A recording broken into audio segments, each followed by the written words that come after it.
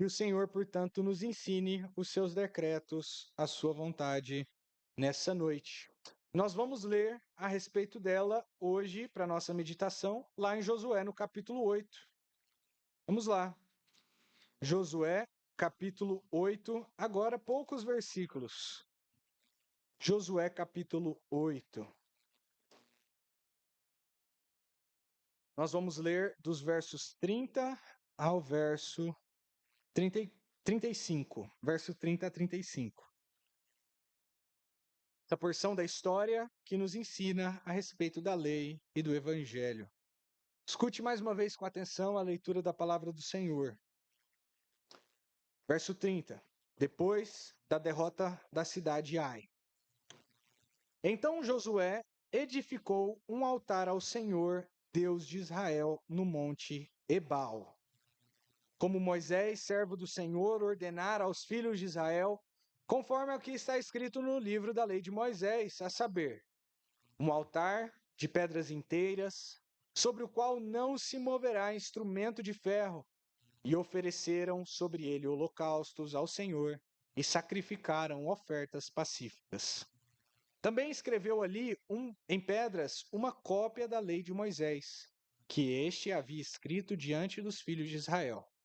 E todo Israel, com os seus anciãos e os seus príncipes e os seus juízes, estavam de um e de outro lado da arca, perante os sacerdotes levitas, que levavam a arca da aliança do Senhor. Assim, estrangeiros como naturais, metade deles em frente do monte Gerizim, e a outra metade em frente do monte Ebal, como Moisés, servo do Senhor, ordenara, para abençoar primeiramente o povo de Israel.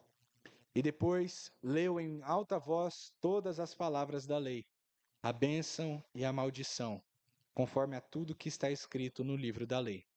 Palavra nenhuma houve de tudo que Moisés ordenara que Josué não lesse perante toda a congregação de Israel, e as mulheres e os meninos e os estrangeiros que andavam no meio deles. Somente até aqui. Para compreendermos essa palavra de Deus, nós precisamos do seu auxílio. Vamos clamar, portanto, mais uma vez para que o Senhor se revele para nós por meio da sua palavra. Oremos. Senhor, a sua palavra está aberta diante de nós lemos a ela e nós estamos buscando agora o entendimento dela. Nós queremos compreendê-la não meramente de modo racional, intelectual. Sim, queremos também. Mas queremos, Senhor, com que ela verdadeiramente ilumine a nossa vida, as nossas obras, o nosso conhecimento do Senhor, nosso conhecimento de nós mesmos, e nos dê forças e consolo e aplicações para a nossa vida diária.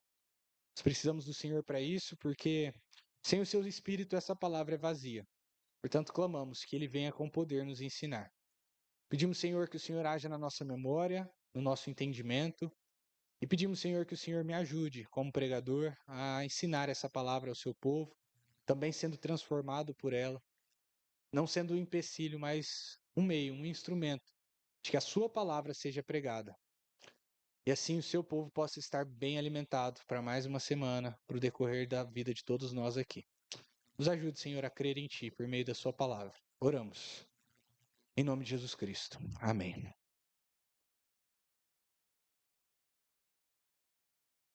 Esse evento descrito nesses 6 versículos, Josué, capítulo 8, versos 30 a 35, é um evento de proporções muito importantes para a nossa compreensão, não só de todo o livro de Josué, a respeito do qual nós temos aprendido, mas também do Evangelho, e assim, na verdade, da relação entre a lei e o Evangelho. Nos nossos dias, essa relação entre lei e Evangelho é uma relação que muitas vezes é tomada como conflituosa, como se a lei fosse uma coisa diferente ou completamente apartada do Evangelho e que entrasse em conflito com o Evangelho. De certo modo, esse relacionamento conflituoso entre a lei e o Evangelho é também visto nos nossos dias como um outro exemplo que a gente poderia ver esse relacionamento conflituoso é o relacionamento entre fé e ciência, a respeito do qual nós falamos um pouco na escola bíblica dominical. Como se a ciência, de algum modo, estivesse em conflito com a fé, e a fé de algum modo em conflito com a ciência. E se nós compreendermos bem a palavra de Deus, entendermos a palavra de Deus com profundidade, guiados pelo Espírito Santo, nós vamos ver que, na verdade, fé e ciência não se contradizem. E vamos ver, e não estão em conflito. E vamos ver também que lei e evangelho não estão em conflito, não se contradizem. Portanto, com vistas a compreender melhor essa relação entre esses dois conceitos, lei, evangelho, fé, ciência, a palavra de Deus hoje vem nos ensinar. Hoje nós não falaremos tanto sobre fé e ciência, nós temos falado na escola bíblica dominical, mas falaremos sobre esse relacionamento entre lei e evangelho. Por quê? Porque a lei e o evangelho estão aqui demonstrados nesse evento com clareza, no Monte Ebal, no Monte Gerizim, nesse momento de renovação e confirmação da aliança do povo de Israel na entrada da Terra Prometida. Nós continuamos, portanto, essas pregações sequenciais que nós começamos lá no início de Josué, no qual nós temos visto que o povo de Israel agora, finalmente, depois de 40 anos vagando no deserto, cruzou o Jordão e entrou na Terra Prometida. Nós vimos que Deus estabeleceu memoriais e eventos solenes, eventos culticos, para que esse povo celebrasse na entrada dessa terra. Nós vimos os dois memoriais ali, um memorial que foi colocado, por exemplo, ali no meio do Rio Jordão, quando eles cruzaram esse rio a seco. Nós vimos também a tomada das primeiras cidades. A cidade de Jericó, que era as primícias de Deus e que, portanto, deveria ser completamente dedicada a Deus, aquela vitória. Nós vimos o pecado de Acã, que transgrediu a lei do Senhor e tomou para si despojos da cidade que deveria ser completamente destruída como oferta a Deus. E assim Deus faz com que eles tenham uma derrota avassaladora numa próxima cidade, muito menor, que era a cidade de Ai. Tanto é que Israel, quando vai lutar contra essa cidade, não vai ele completo, né? Não vai ele com toda a sua força. Josué manda um pequeno povo, mas a derrota deles não é por causa do pequeno povo, mas justamente porque Deus estava exercendo juízo em sucesso nas batalhas por causa do pecado de Acã. Depois Deus demonstra isso para o povo. Acã, então, é revelado o seu pecado. O pecado é retirado, extirpado de entre Israel. E, portanto, Deus abençoa novamente o povo, permitindo com que esse povo agora tenha vitória militar sobre Ai. Eles vencem Ai, e nesse capítulo, né, o capítulo 8, na primeira parte do capítulo está descrita essa vitória, o pastor Charles já nos ensinou a respeito dela. E o último evento que nós vemos é um evento igualmente solene, dramático, no qual o rei de Ai é pendurado, né, ou empalado, nós vimos, né, o pastor Charles nos ensinou, diante de Israel, como um sinal da maldição de Deus contra aqueles que estão em rebeldia contra ele. Depois, esse homem ele é tirado desse madeiro maldito, e então ele é colocado ali, né, debaixo de um montão de pedras, ali sepultado. Depois que ocorrem todos esses eventos, a gente esperaria que continuaria, portanto, a campanha militar da conquista da Terra Prometida. Lembrem-se vocês que há um plano de guerra aqui que está sendo estabelecido. Israel invade a terra de Canaã pelo centro, a fim de certo modo, até desarticular as cidades de Canaã, para que, por meio dessa invasão pelo centro, Canaã ficasse dividida entre norte e sul. Eles invadem no centro e assim começam, depois, posteriormente, eles vão começar a conquistar primeiramente o sul, depois o norte, nas campanhas militares ali de Josué. Mas há um parênteses nessa história. Entre o versículo 29 e o versículo 1 do capítulo 9, que nós vamos aprender na sequência, há um evento solene que pausa tudo aquilo que está acontecendo. E esse evento solene ocorre em conformidade com aquilo que Deus ordenou que fosse feito pelo povo quando eles entrassem na Terra Prometida. Esse evento é descrito lá em Deuteronômio, no capítulo 27. Provavelmente nós vamos ler hoje ainda, logo mais adiante.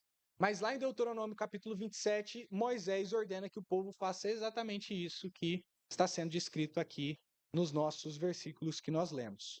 E é interessante observar que o povo cumpriu exatamente aquilo que Deus ordenou por meio de Moisés. Eles têm um grande evento agora que vai habilitar o povo não só a ter fé no Senhor para a batalha, para continuarem caminhando, mas também para compreender e se comprometer com a aliança do Senhor, demonstrada em 2 eventos ali, que vão ser realizados: o altar e a escrita e leitura da lei. Um simbolizando o evangelho e outro simbolizando a lei e o lugar deles na redenção do povo de Deus. Então nós vamos ver esse texto dividido em 2 partes. Em primeiro lugar, nós vamos ver a construção do altar de pedras inteiras, que nos fala com clareza a respeito do evangelho no nosso Senhor Jesus Cristo, já aguardado. E depois nós vamos ler a escritura e a leitura, a escrita e a leitura da lei de Deus nas pedras caiadas que nos falam do modo como o povo deveria viver. Vamos voltar lá para o texto novamente, no versículo 30 e 31, para ver o nosso primeiro ponto, a construção do altar. Versículo 30. Então, Josué edificou um altar ao Senhor Deus de Israel no monte Ebal, como Moisés, servo do Senhor, ordenara aos filhos de Israel, conforme ao que está escrito na lei de Moisés. A saber, um altar de pedras inteiras, sobre o qual não se moverá instrumento de ferro, e ofereceram sobre ele holocausto ao Senhor e sacrificaram ofertas pacíficas. A fim de que a gente possa entender esse texto com profundidade, nós devemos buscar compreender cada um desses eventos. O que cada um desses eventos nos ensina a respeito da vontade de Deus.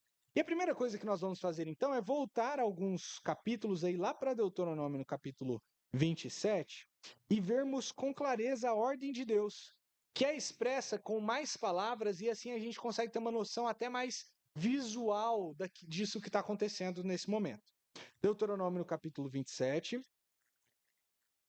Eu não vou ler todo o texto, somente uma seção dele, começando no versículo 2. Será, pois, que no dia em que passares o Jordão, Deus falando por meio de Moisés ao povo, a terra que te der o Senhor teu Deus, levantar-te-ás umas pedras grandes e as caiarás com cal.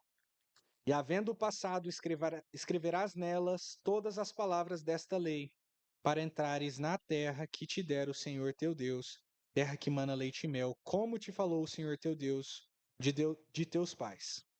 Será, pois, que quando houveres passado o Jordão, levantarei estas pedras que hoje vos ordeno no monte Ebal, e as caiarás com cal.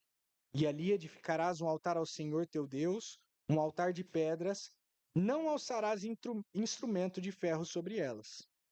De pedras brutas edificarás o altar do Senhor teu Deus. E sobre ele oferecerás holocaustos ao Senhor teu Deus. Também sacrificarás ofertas pacíficas, e ali comerás perante o Senhor teu Deus e te alegrarás. E naquelas pedras escreverás todas as palavras desta lei, exprimindo-as nitidamente. Agora no verso 11, verso 12, melhor dizendo, quando houverdes passado o Jordão, estes estarão sobre o monte Gerizim, para abençoarem o povo. Simeão e Levi, e Judá, e Issacar, e José, e Benjamim. E estes estarão sobre o monte Ebal para amaldiçoar Ruben, Gade, e Aser, e Zebulon, Dan e Naftali. E os levitas testificarão a todo o povo de Israel em alta voz e dirão as maldições que ele vai falar aqui na sequência. E depois, no capítulo 28, a gente lê a respeito das bênçãos. Bem, que evento é esse? Que local é esse? O que está acontecendo aqui? Então, Canaã começou a ser tomada pelo centro. 2 cidades foram tomadas. Jericó, uma cidade fortificada, uma cidade maior, com altos muros, e Ai, uma cidade pequena. Posteriormente, ao invés deles continuarem as campanhas, eles se deslocam aproximadamente 32 quilômetros para o norte, uma região montanhosa, de difícil acesso, mas que o povo ali sabia, né, se conduzir nessas situações, e que não deveria demorar muito para eles chegarem lá. Eles chegariam lá, como é 32 quilômetros, né? A gente precisa pensar que existiam mulheres, crianças, e tudo que eles estavam carregando, então talvez no decurso de alguns dias eles chegaram lá nesses dois montes. Eles sobem um pouco para o norte, portanto, e encontram o Monte Ebal e o Monte Gerizim. O Monte Ebal e o Monte Gerizim são montes muito importantes, porque são montes que ficam mais ou menos ali no centro do território, um pouco ao norte, mas ainda meio que central no território de Canaã. E de cima desses montes, dá para ver quase que a totalidade da terra de Canaã. Inclusive, eu gostaria de convidar vocês, depois do sermão, eu posso mandar algum vídeo para vocês, mas buscarem mesmo esses montes, porque eles são montes, estão lá até hoje e podem ser pesquisados. Se você colocar lá no Google Maps Monte Ebal, Monte Gerizim, você vai encontrar esses montes lá no Google Maps. E como eles, você poderá visualizá-los hoje e imaginar um pouco daquilo que está acontecendo. O que tem de interessante na geografia desses montes? Primeira coisa, esses montes eles ficavam muito próximos um do outro. Eles eram montes bastante altos, né, aproximadamente aí 700, 800 metros de altura. Então, alguns dos montes mais altos ali de toda aquela região. Mas o sopé dos montes, a base dos montes de uma localidade ficava muito perto uma da outra. Fazia-se um vale, portanto, e no meio desse vale ficava um povoado, uma cidade chamada de Siquém. Cidade essa bastante importante, porque nesse local ocorreram eventos importantes relativos aos patriarcas. Nesse local, os patriarcas, esse, por exemplo, foi o primeiro local onde Abraão acampou quando ele chegou da terra de Ur dos Caldeus. Foi o primeiro lugar onde ele entrou, se acampou ali na entrada da terra que estava sendo prometida a ele, a sua descendência. Então, essa cidade aparece em outros momentos. Jacó compra ali um montante de terras em algum lugar ali naquela cidade. E ali o povo é chamado a estar, portanto. É interessante ver, se vocês verem hoje é uma região completamente urbanizada, exceto no cume dos montes, mas no cume dos montes ainda há muita coisa, inclusive sítios arqueológicos. E interessante também é verificar que 1980, um homem, um arqueólogo lá fazendo escavações e procurando coisas a respeito da fé judaica ali, ele encontrou um montante de pedras. E que ele começou a escavar, no decorrer de 3 anos ele escavou, e ele descobriu que esse montante de pedras era um altar. E verificando, há uma hipótese muito provável de que esse altar seja o mesmo altar aqui descrito em Josué, no capítulo 8. Inclusive, muitos cristãos asseveram isso com toda certeza e eu acredito que de fato seja isso mesmo, por causa de muitos argumentos. Eu não vou expor aqui para vocês, depois vocês podem ver o vídeo. Mas provavelmente esse altar que foi descoberto no Monte Ebal, segundo tudo aquilo que a Bíblia está dizendo que esse altar tinha, ele está lá. Hoje pode ser visto, foi escavado, inclusive está sendo vandalizado por alguns árabes, né, que lá tomam aquela região. Mais uma questão interessante a respeito da geografia desse lugar. No decorrer da história, muitas pessoas fizeram esse teste. Como o Monte Ebal e o Monte Gerizim fazem ali um vale no meio do qual está a cidade de Siquém, existe uma acústica ali naquele local que permite com que as pessoas possam ouvir sons que estão sendo proclamados à distância com muito mais nitidez. Não sei se vocês já tiveram essa experiência. Existem algumas formas de fazer isso. Por exemplo, eu fui uma vez em Brasília, numa catedral que há lá, em Brasília, em que as paredes da catedral são redondas. E aí, de modo que se você falar alguma coisa aqui na altura normal, não falar gritando nem nada, uma altura normal, e a outra pessoa estiver lá do outro lado da catedral com o ouvido perto da parede, ela escuta como se você estivesse falando no ouvido dela, audivelmente e fácil de ouvir. Essa mesma ciência é utilizada justamente para os anfiteatros, né, para melhorar a acústica, de modo, por exemplo, que quando as orquestras tocam, elas não precisam de caixas de som e todos os instrumentos ali são bem ouvidos, independentemente da posição que você esteja ali naquele anfiteatro. O Senhor estava preparando o lugar perfeito para esse evento. Um local no qual o povo poderia ver toda a terra que estava diante deles para eles conquistarem, um local no qual o povo, completamente reunido, homens, mulheres, crianças e estrangeiros prosélitos que estavam dentro desse povo, poderia não somente ver, como também ouvir e responder à proclamação da lei de Deus e da aliança de Deus naqueles dias. É um monte muito interessante, recomendo que vocês conheçam a história dele, inclusive esse monte, para finalizar esses detalhes, mas que são importantes e interessantes para a gente poder visualizar isso que está acontecendo. Inclusive, esse monte foi o monte o qual a mulher samaritana apontou, dizendo para o nosso Senhor Jesus Cristo: os nossos antepassados nos ensinaram a adorar nesse monte. Muito provavelmente foi esse monte que foi o Monte Gerizim, o Monte da Bênção, que foi alvo de culto pagão, de culto falsamente cristão, pseudo-cristão dos samaritanos e alvo até hoje. Existe um grupo de samaritanos até hoje, aproximadamente 800, 900 pessoas, que até hoje sobem no Monte Gerizim para adorar ao Senhor conforme os antepassados. Muito interessante, então, ver a história desse lugar, que foi também, enfim, um lugar disputado por diversos povos, mas que o Senhor utilizou para dar para o seu povo uma renovação da aliança por meio do Evangelho e da lei. Bem, eu falei, né? O nosso primeiro ponto é a construção do altar de pedras inteiras. Vamos voltar lá então para Josué no capítulo 8, caso você esteja ainda lá em Deuteronômio 27. E a primeira coisa que é feita, portanto, é um altar no Monte Ebal. Os montes eles foram divididos, conforme vocês viram lá em Deuteronômio 27, entre o Monte da Maldição e o Monte da Bênção. No Monte da Maldição deveriam estar 6 tribos, no Monte da Bênção outras 6 tribos. E no vale, no meio desses montes, que hoje é a cidade de Siquém ali mais urbanizada, deveria estar a Arca da Aliança de Deus no centro desse povo, que está então colocado nesses montes, e os levitas e os sacerdotes e os juízes do povo. Mas, antes que a lei fosse proclamada, no Monte da Maldição, de onde a maldição seria proclamada sobre o povo, havia a necessidade de se fazer um altar.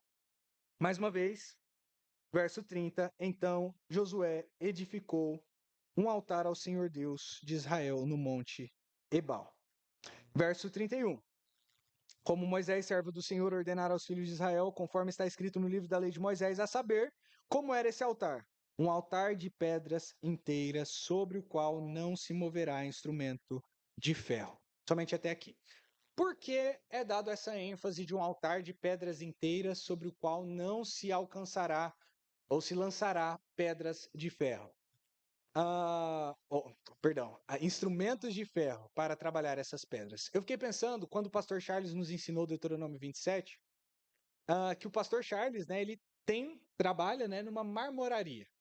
A marmoraria, na verdade, é exatamente fazer isso.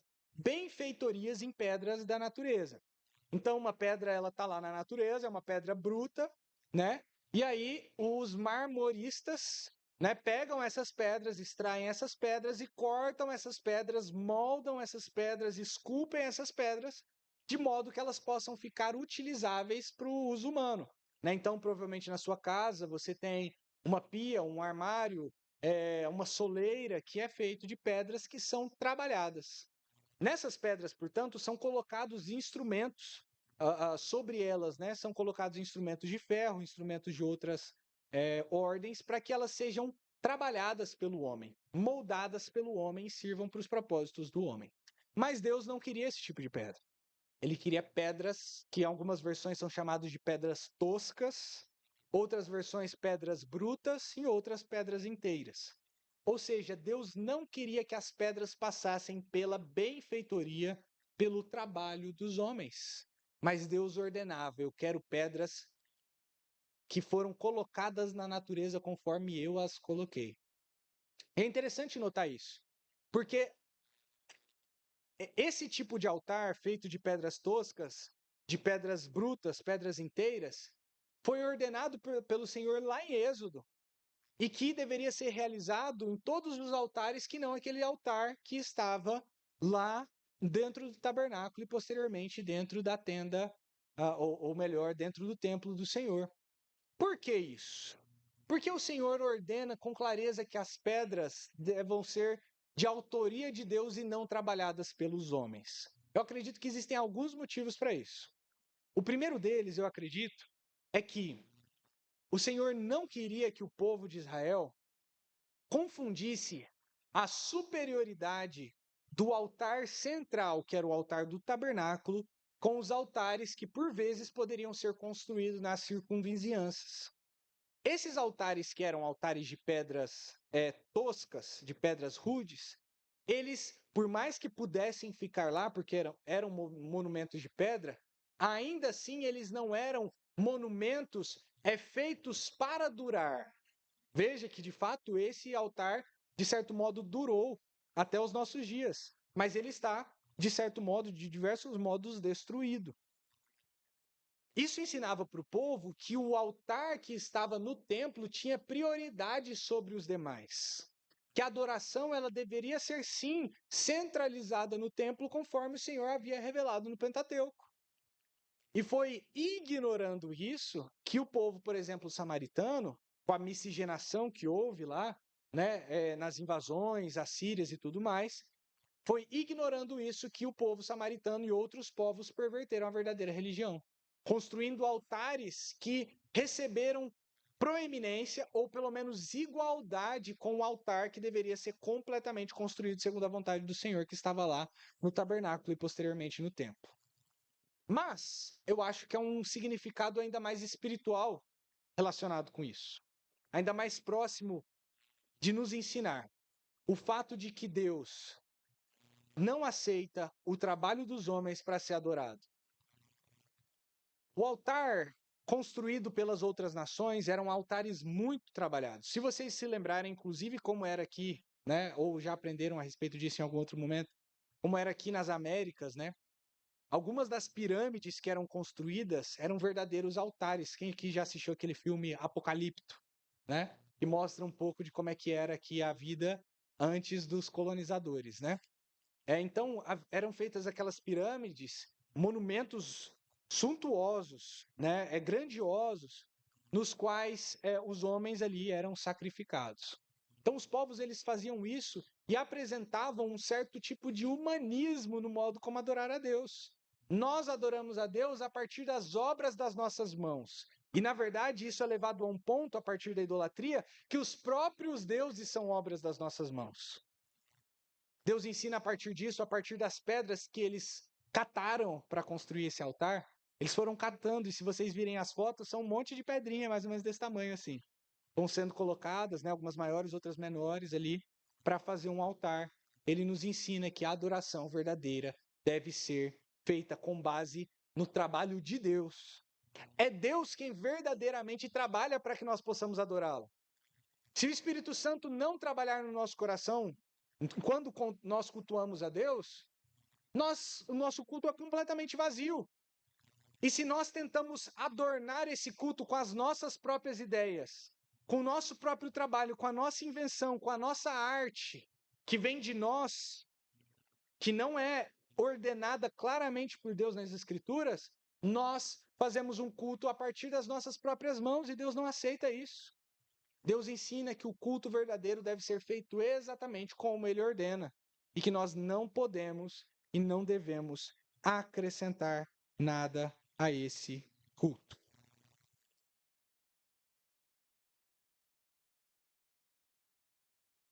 Que é a primeira questão. A segunda questão está lá ainda no verso 30, que o altar é feito no Monte Ebal. É interessante pensar isso. Por que o altar é feito no Monte Ebal e não é feito no Monte Gerizim? Por que não é feito um altar no Monte Ebal e outro no Gerizim? Ou por que o altar não é feito talvez lá embaixo, no vale, onde está a presença da Arca de Deus? Justamente porque o Monte Ebal é o Monte da Maldição. Veja como Deus maravilhosamente arquiteta todo esse evento para que ele seja didático para nós. No Monte da Maldição, Deus pronuncia as maldições para aqueles que quebram a lei de Deus. Aqueles que conheceram a Deus, mas que quebraram a sua lei, pervertendo-se nos seus próprios raciocínios. E se vocês se lembrarem bem, lá no capítulo 27 e 28 de Deuteronômio, essas maldições são desoladoras. E que apontam, em última instância, para a pauta que nós estamos diante de Deus. Para o fato de que todos nós quebramos a lei de Deus e somos malditos. Para o fato de que Gálatas nos ensinou de que a lei de Deus demonstra que há pecado em nós. E que nós estamos debaixo da ira de Deus, portanto. O Monte Gerizim, por sua vez, era o Monte das Bênçãos. O monte para aqueles que eram justos e cumpriam com perfeição a lei de Deus. Mas o que Paulo fala lá em Gálatas é: quem de nós pode cumprir com perfeição a lei de Deus? Quem quer viver pela lei, morrerá, porque nenhum de nós é capaz de passar no crivo da lei. Portanto, o evangelho vem justamente por causa disso. E o altar nos apresenta esse evangelho. O altar de pedras toscas, nele é realizado 2 sacrifícios. O primeiro dos sacrifícios, lá no versículo 31 no final, holocaustos ao Senhor. E a gente tem que se perguntar e lembrar, né, do que a gente já aprendeu, o que são holocaustos. O holocausto era o principal dos sacrifícios. Era o sacrifício basilar. Era o sacrifício sem o qual os demais sacrifícios não poderiam ser realizados. Era o sacrifício que normalmente era realizado antes de todos os demais, inclusive cronologicamente, quando havia alguma cerimônia, porque ele nos apresentava uma verdade muito importante. Como é que ele funcionava? Nele, um animal sem defeito era morto e nele, esse animal ele era completamente consumido pelo fogo. Se vocês estudarem ou se lembrarem dos outros sacrifícios, existem outros sacrifícios que você poderia separar, né? O sacerdote, na verdade, poderia separar uma parte para eles. Uma parte era queimada, uma parte era separada, às vezes uma parte era lançada em algum lugar. Mas nesse sacrifício, o holocausto não. O animal que ele era sacrificado, ele era completamente queimado. Apresentava, assim, portanto, a ira de Deus, simbolizada no fogo, contra o pecado. A propiciação de Deus. Uma vez que esse animal que não tinha defeito, ele era alvo de um ritual. O sacerdote, quando era o sacerdote que oferecia para o povo um sacrifício público pelo povo, ele chegava como representante do povo, colocava as mãos sobre a cabeça desse animal, apresentando que os pecados desse homem e do povo, portanto, eram transmitidos para esse animal, e esse animal, portanto, era sacrificado morto para satisfazer a ira de Deus contra o nosso pecado. E assim nós éramos considerados simbolicamente como justos, uma vez que o animal que recebeu os nossos pecados morreu. Mas a Escritura é clara e Gálatas nos ensinou que Jesus Cristo foi esse animal simbolizado. Na verdade, o animal apontava para ele, uma vez que ele tomou sobre si os nossos pecados. Como se, num exemplo, ele estivesse na cruz do Calvário e nós colocando a mão sobre a sua cabeça e os nossos pecados sendo transmitidos a ele, né? E ele recebendo a ira de Deus por conta dos nossos pecados. É só por causa desse evento, da propiciação de Deus, do fato de que Deus se tornou propício a nós e a sua ira foi desviada de nós, que nós podemos ter algum tipo de relacionamento com Deus. O fato desse altar estar no Monte da Maldição, portanto, apresenta que Jesus Cristo se tornou maldição por nós, para que nós pudéssemos ser alvos da bênção de Deus, para que nós pudéssemos receber as bênçãos do Monte Gerizim. Isso é maravilhoso para nós. Esse era o primeiro sacrifício, esse foi o primeiro sacrifício que foi realizado. Depois, no segundo sacrifício, sacrificaram ofertas pacíficas, ofertas de paz. A oferta pacífica, ela tinha que vir depois do holocausto. Porque somente depois que Deus deixa de estar irado conosco por causa de Cristo, é que a oferta de paz, de comunhão, de alegria pode acontecer. Essa oferta de paz era oferecida a Deus, mas ela era participada pelo povo. O povo comia na presença de Deus. E se vocês se lembrarem, comer na presença de Deus é um ato de comunhão, é um ato de intimidade que pecadores, injustos, indignos, malditos não podem fazer. Mas sim, redimidos, justificados, perdoados por meio daquele que foi maldito em nosso lugar, o nosso Senhor Jesus Cristo. Então, essa oferta era realizada e o povo foi chamado a se alegrar. Eles puderam se alegrar enormemente na presença de Deus, porque ali diante deles o evangelho estava sendo pregado. Eles realizavam esses sacrifícios tendo em vista o Messias que de fato viria, se entregaria, tiraria a ira de Deus de sobre nós, recebendo sobre ele mesmo, e nos trouxesse a paz com Deus, a reconciliação com ele, a amizade com ele. Esse é o principal ponto aqui desse altar no Monte Ebal. Nele, o evangelho é pregado.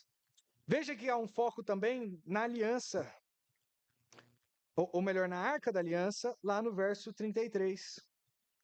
E todo Israel com os seus anciãos e os seus príncipes e os seus juízes estavam de um e de outro lado da arca, perante os sacerdotes que levavam a arca da aliança do Senhor, assim estrangeiros como naturais. Metade deles em frente do Monte Gerizim e a outra metade em frente do Monte Ebal, como Moisés, servo do Senhor, ordenara, para abençoar primeiramente o povo de Israel.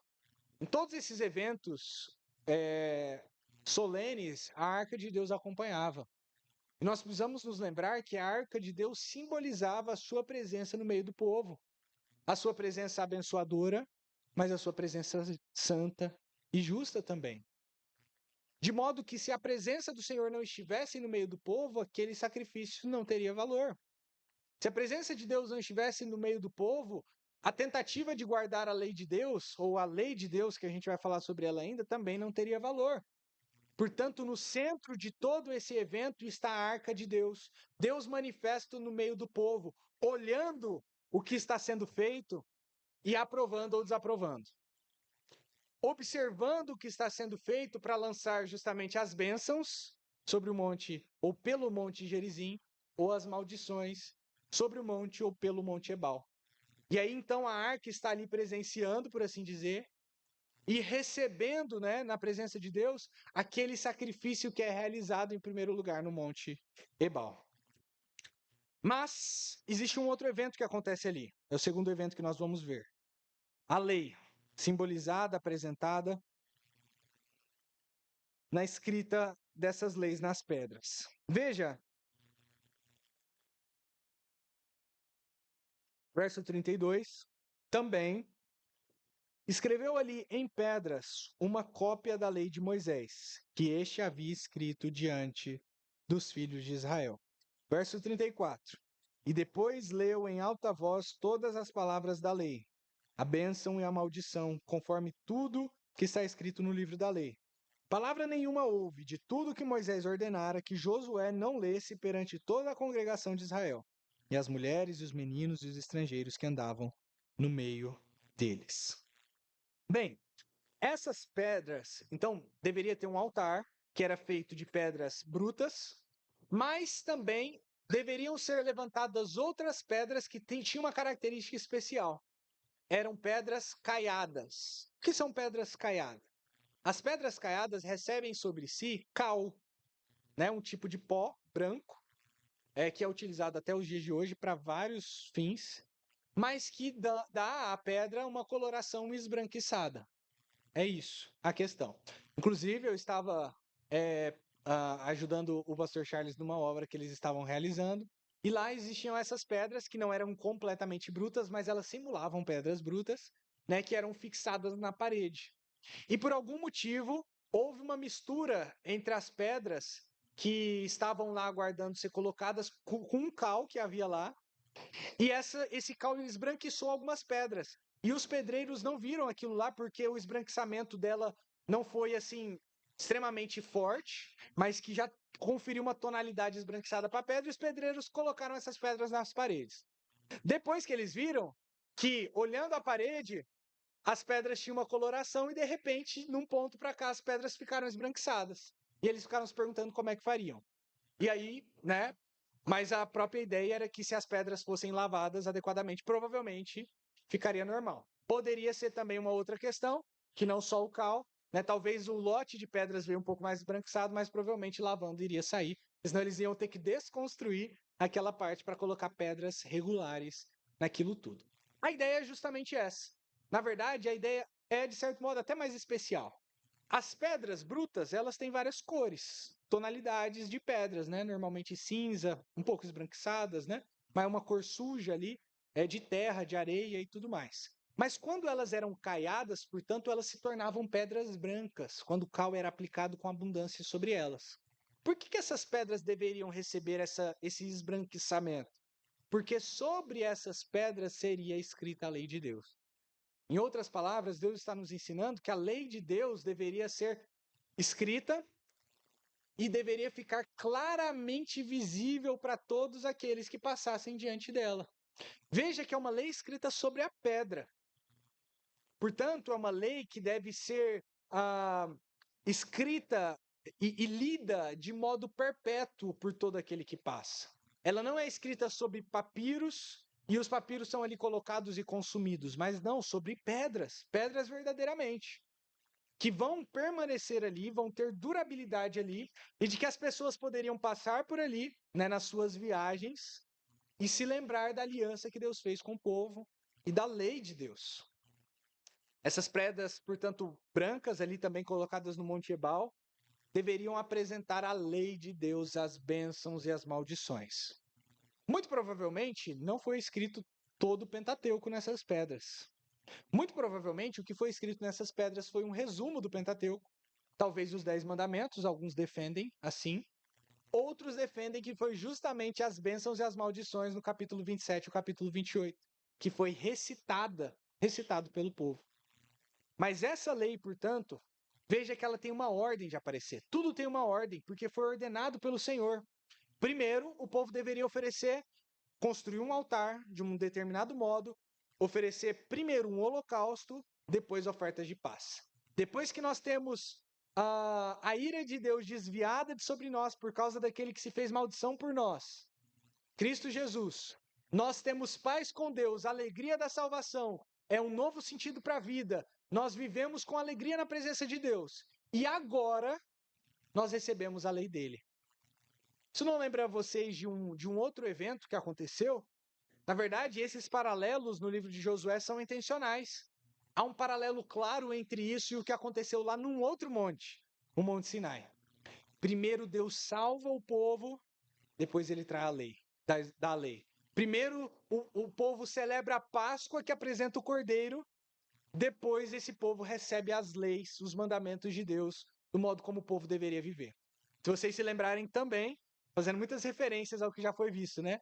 Lá em Êxodo capítulo 30, o Senhor começa a sua lei dizendo: Eu sou o Senhor teu Deus, que te tirei da terra do Egito, da casa da servidão. Eu os salvei. Vocês não foram salvos, parafraseando aqui, por causa que vocês obedeceram à lei. Vocês não foram salvos porque vocês são bons. Vocês não foram salvos porque vocês têm valor, mas tão somente porque eu decidi vos salvar. Segundo a minha soberana graça, eu decidi criar para mim um povo. E eu prometi para os seus pais, eu prometi para Abraão, conforme nós vimos lá em Gálatas 3 no início, que eu edificaria um povo para mim. Eu salvaria esse povo para mim. E, portanto, uma vez que vocês já são salvos, vocês devem viver de acordo com a minha palavra. E aí os 10 mandamentos são colocados. Não terás outros deuses diante de mim, em sequência. Aqui a mesma coisa acontece. Um paralelo que nos demonstra que Deus não muda o seu modo de agir com o seu povo. Há uma continuidade. O Antigo e o Novo Testamento também estão unidos. Nesse sentido, aquilo que é colocado, né, como lei e evangelho, Antigo e Novo Testamento, muitas vezes não é colocado de modo adequado. Porque o Antigo Testamento está recheado de lei, mas também está recheado de evangelho. E o Novo Testamento está recheado de evangelho, mas também está recheado da lei do nosso Senhor Jesus Cristo. Lei do nosso Senhor Jesus Cristo que é embasada e reafirmada da lei do Antigo Testamento. Lei e evangelho andam em harmonia na palavra do Senhor. Não que a lei sirva para a salvação, mas que a lei, uma vez que ela serve para a salvação no sentido de demonstrar que a gente não pode ser salvo por meio dela. Ela serve para a nossa salvação para demonstrar que, na verdade, a gente é condenado. E aí o evangelho vem até nós, nos salvando, e, portanto, a sua utilidade é reabilitada em nós, uma vez que essa é a vontade de Deus para que nós possamos viver. E assim, então, essa lei é escrita diante de todos. e depois que essa lei é escrita, ela é recitada. Veja o modo interessante como isso é feito. Nós não vamos ler, porque senão a gente teria que voltar lá para Deuteronômio 27.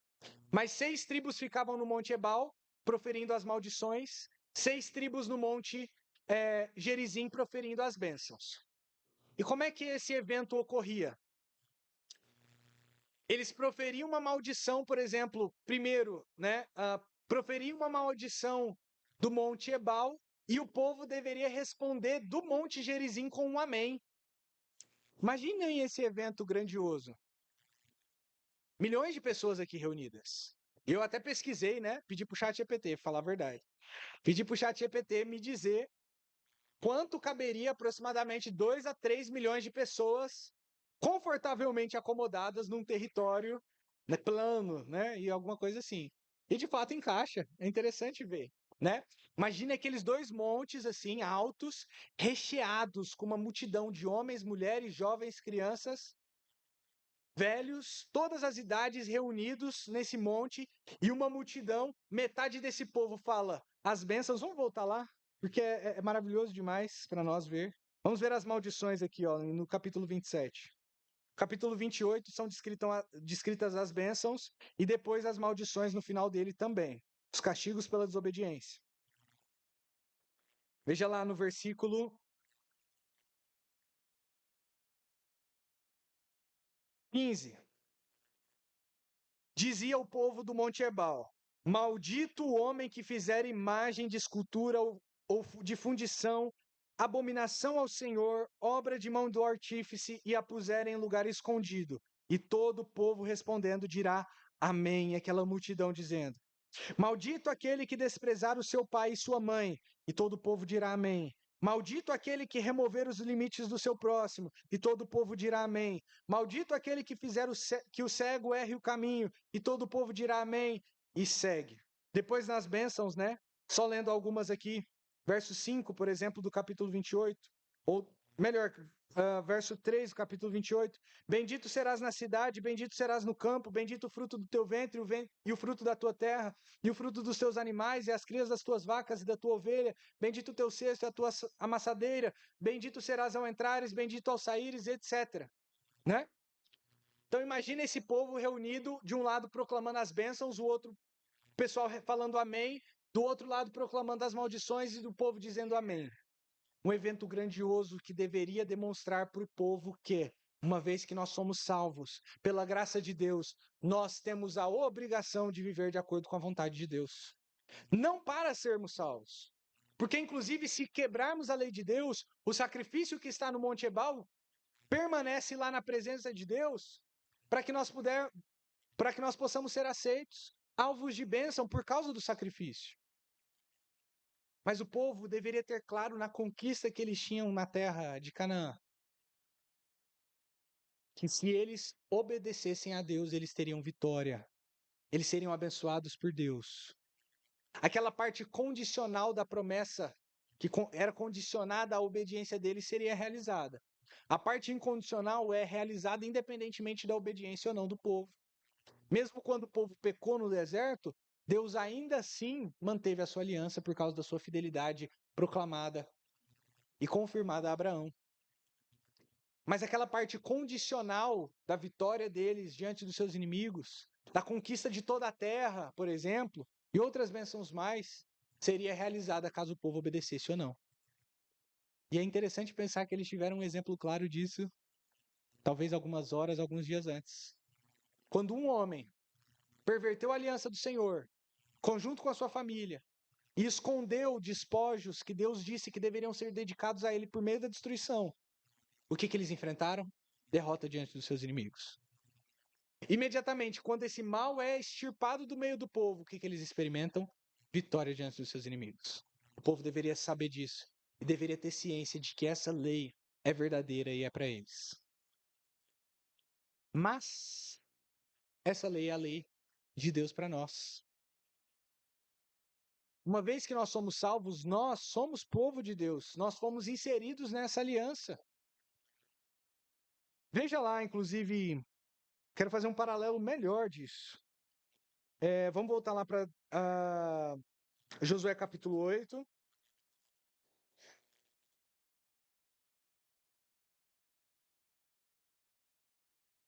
verso 35. Palavra nenhuma houve de tudo que Moisés ordenara que Josué não lesse perante toda a igreja, congregação de Israel. A palavra congregação aqui, na nossa versão, é uma palavra hebraica, que é pronunciada kahal. Kahal, provavelmente, né? E que apresenta a assembleia do santo. É a assembleia do povo de Deus.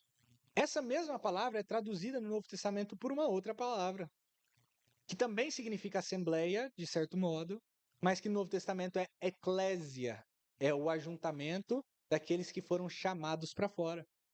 E a palavra eclésia é a base da nossa palavra igreja. Ou seja, em outras palavras, né, estava reunida ali a igreja do Senhor, pronunciando as bênçãos e as maldições. Claramente, essa era a igreja composta quase que exclusivamente por judeus. Havia os prosélitos ali no meio, os estrangeiros.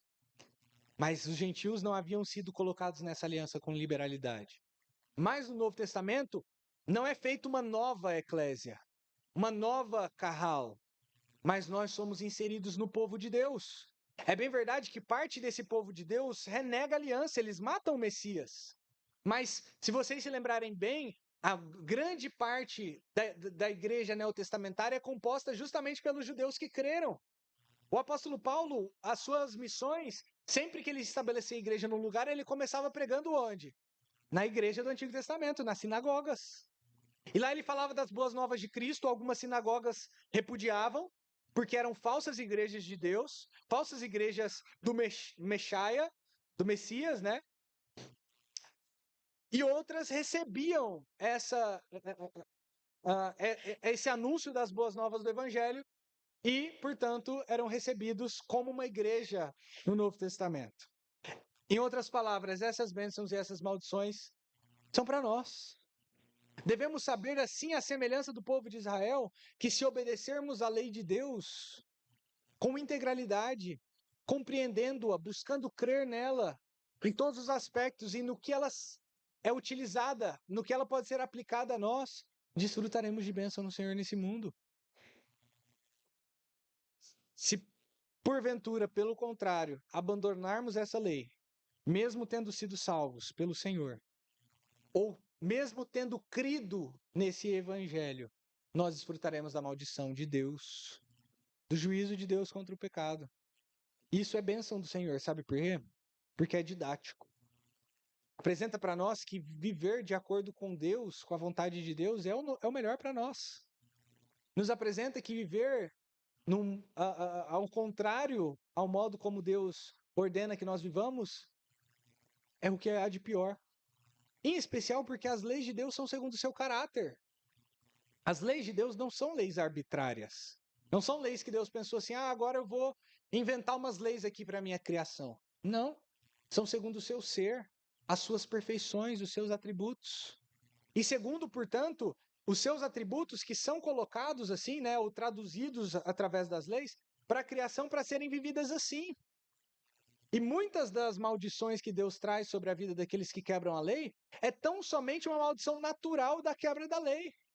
Ora, se eu viver, por exemplo, se alguém viver de modo devasso, né? De modo a se entregar aos vícios da carne, aos prazeres sexuais, por exemplo, aos prazeres da comida e da bebida, é lógico que essa pessoa passará por problemas na sua vida que outras pessoas que não se entregam não passarão. Exemplo, vícios. A pessoa vai se tornar escrava de vícios, por exemplo, bebidas, drogas, cigarros e outras. Escravos. Outras pessoas não passarão. Ela se torna, por exemplo, muitas pessoas têm famílias destruídas porque vivem um relacionamento inadequado com muitas mulheres ou com muitos homens, ou relacionamentos inadequados entre homens e mulheres. Existe um aspecto natural dessas bênçãos e dessas maldições, mas existe um aspecto sobrenatural também. A Escritura nos ensina, não devemos tentar a Deus, mas devemos temê-lo em todos os nossos caminhos. E se nós estamos, para finalizar, nessa batalha no reino de Cristo, testemunhando a respeito de Cristo no mundo mal, que muitas vezes rejeita a palavra do Senhor. Se nós estamos conquistando o mundo como soldados de Cristo, do seu reino, nós devemos ter ciência completa que nós estamos debaixo das mesmas coisas. Se a igreja começar a se dar os seus pecados, a igreja vai naufragar e perder as suas batalhas contra os homens maus. E na verdade tem feito isso muito, porque tem negociado o evangelho, tem negociado a lei, tem tentado fazer com que o evangelho fique muito parecido com a ideia do mundo. A nossa religião não é tão assim diferente. Ela é até bem parecida com vocês. É até parecida com os cananeus. A gente pode até começar para fazer, para agradar vocês, ou algumas imagens de escultura aqui, tá tudo bem, só vem ficar com a gente. E outras coisas mais, né? O paralelo que eu estou traçando. A igreja tem perdido a sua força de lutar contra o mundo porque tem pecado contra o Senhor. Tem sido alvo da maldição. Por isso, é um chamado para nós. Uma vez que o altar já foi construído no Monte Ebal, o sacrifício, o holocausto já foi queimado, as ofertas de paz já foram comidas e festejadas. Não nos esqueçamos da lei do Senhor, bênção e maldição. E sejamos nós, na nossa parte, no nosso pequeno, na nossa pequena quantidade que nós podemos contribuir nas nossas batalhas. Pegando a nossa espadinha, a palavra de Deus, nosso escudo, nosso capacete, na nossa batalha da fé, sejamos nós fiéis. E assim, na comunidade, vivendo, talvez a nossa igreja local e as demais igrejas, nós desfrutaremos muito mais vitórias. E a gente desfrutará. Olhe para a sua vida, talvez você tenha vivido já desse modo diferente. E veja a diferença entre o modo como Deus trabalha na sua vida quando você vive ou vivia na liberalidade do pecado e a diferença que Deus trabalha na sua vida quando você vive em obediência a Ele. Certamente eu tenho dezenas, nossa igreja é pequena, eu tenho dezenas de testemunhos que eu posso dar para você aqui. Tem coisas que eu não posso revelar, porque senão eu revelaria a identidade de pessoas e às vezes pecados escandalosos. Mas eu tenho certeza que a obra que o Senhor está fazendo no nosso meio, pelo que eu sei, eu vi, eu trabalhei na presença de muitas pessoas aqui, é algo maravilhoso. O Senhor traz o Evangelho. E quando nós cremos no Evangelho e nos tornamos participantes da aliança e começamos a viver diante de Deus por meio dessa lei, o Senhor edifica aquilo que estava destruído. O Senhor traz das cinzas aquilo que estava queimado. A casa derribada é reedificada. Os escravos são libertos e a verdadeira vida. Olhe para si mesmo. Olhe para o lado. O Senhor faz isso. Eu chamo todos aqui a pensarem se estão verdadeiramente em Cristo ou não. Não adianta obedecer à lei sem o Evangelho, porque você terá somente peso e condenação. Isso o que os judeus se esqueceram e viveram assim no Novo Testamento. E vivem até hoje, inclusive. Inclusive os samaritanos, de certo modo. A lei sem o Evangelho não traz vida, mas o Evangelho sem lei não traz as bênçãos do Senhor também. E, na verdade, a Escritura nos ensina que é um Evangelho falso. Pensemos nisso e batalhemos as batalhas que o Senhor nos dá para conquistarmos a terra prometida, esse mundo, o qual será renovado pelo poder do nosso Senhor Jesus Cristo. Vamos orar. Senhor, damos-te graças, pois o Cordeiro Pascal, o holocausto, a oferta pacífica, já foram entregues no nosso Senhor Jesus Cristo, na pessoa dele. Ele morreu, o sacrifício perfeito que propiciou ao Senhor diante de nós, que tirou a sua ira de diante de nós e nos deu as suas bênçãos e a sua paz e a sua reconciliação. Damos graças ao Senhor porque podemos festejar um exemplo neotestamentário, comendo na presença do Cordeiro e na presença da Trindade, essa reconciliação por meio da Santa Ceia. E pedimos, Senhor, que essa lei, dada a nós na Escritura, possa ser a lei pela qual nós possamos ordenar os nossos dias. Que essa lei nos ensine de Ti, que essa lei possa ser o modo pelo qual as nossas ações, os nossos pensamentos possam ser realizados. E assim possamos ser santificados sempre na Sua presença. Por meio do nosso Senhor Jesus Cristo nós oramos. Amém.